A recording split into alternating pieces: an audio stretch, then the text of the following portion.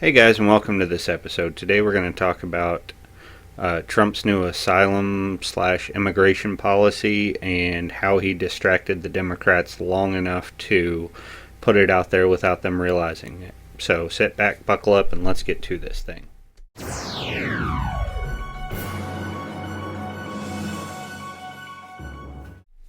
Okay, so I saw this while I was, after I got home on Monday from camping on the weekend, and it seemed like at first glance that the president was just picking a fight with these four absolute far leftist loon bags in Congress that they're now calling the squad, like that makes them sound cool or something. But at first I was like, Mr. President, what are you doing? You don't need to pick a fight with these people. We know they're radical far leftist.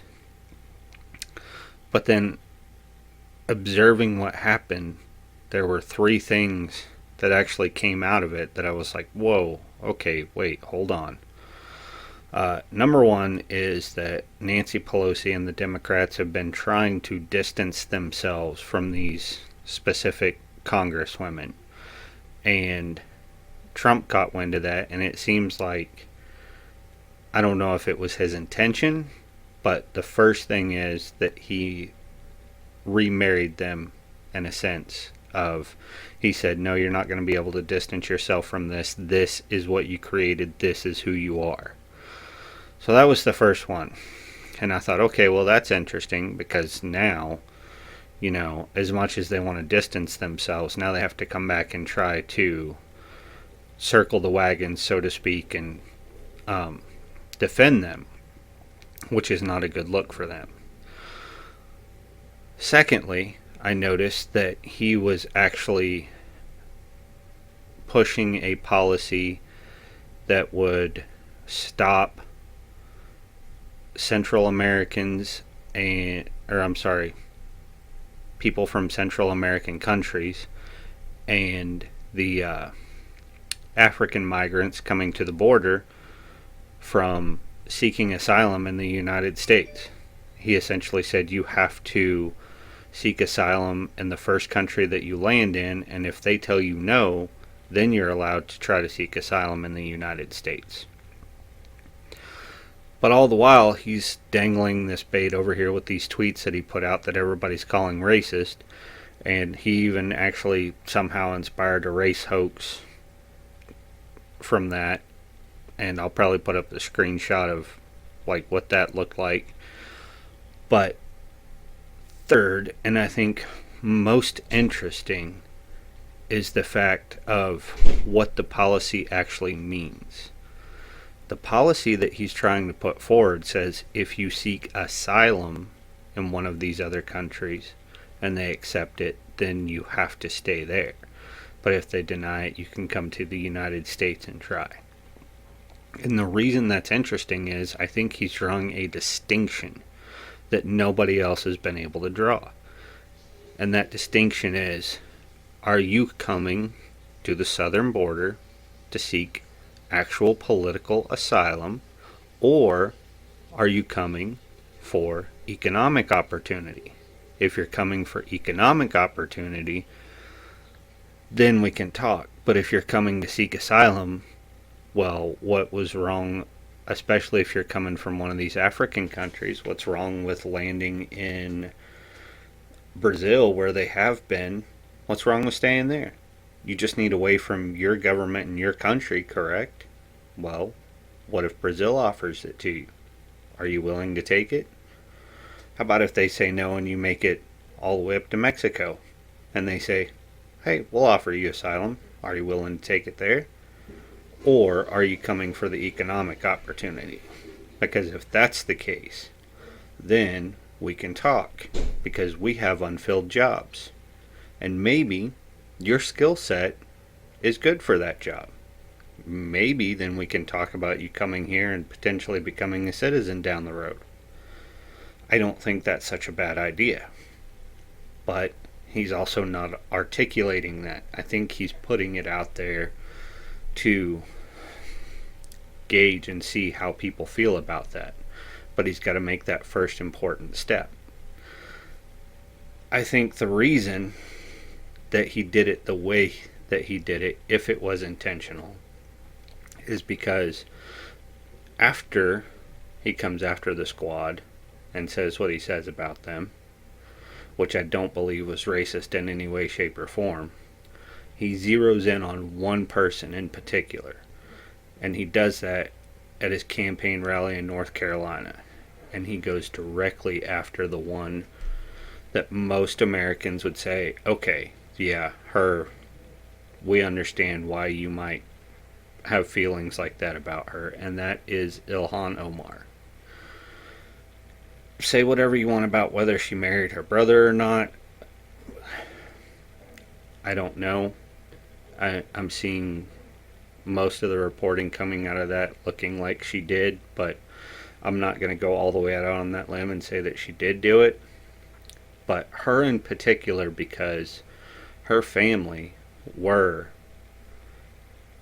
from Somalia and she was born there, and they got to come here under the Asylum Act. They were refugees. She and the rest of her family have been naturalized citizens for a very long time. But the particular thing about her is the fact that she absolutely hates everything to do with America, and she has benefited from the asylum system and from being a refugee and a naturalized citizen.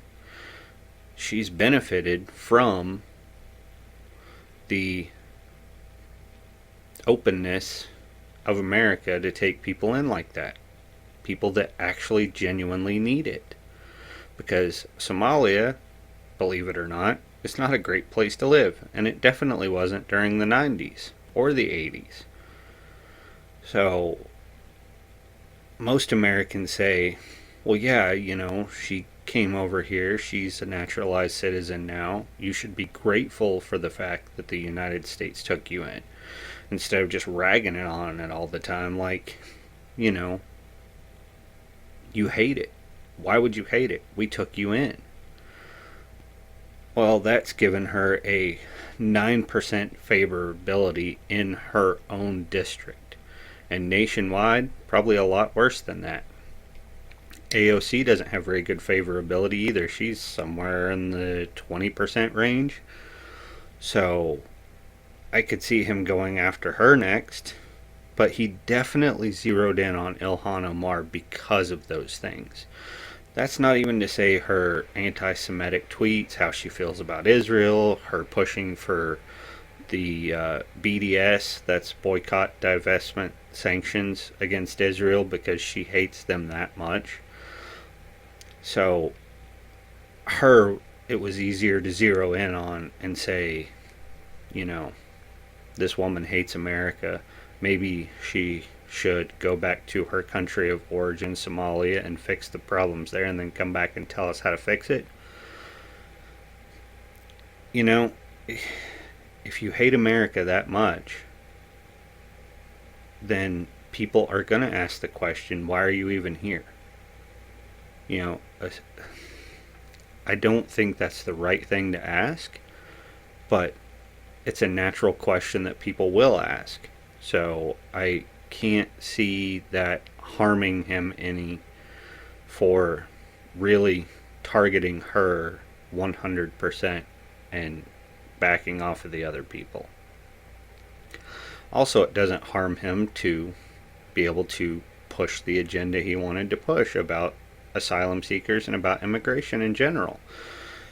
And there's another factor in on that too. Those 4 women are the ones that led the charge against trying to get more money to the southwest border to help out the border patrol agents and these detention centers that are just, they're obviously in bad condition, and they needed more money down there to help because nobody's doing anything to try to close that system of people just coming in constantly, and we've had record numbers trying to get in and trying to seek asylum.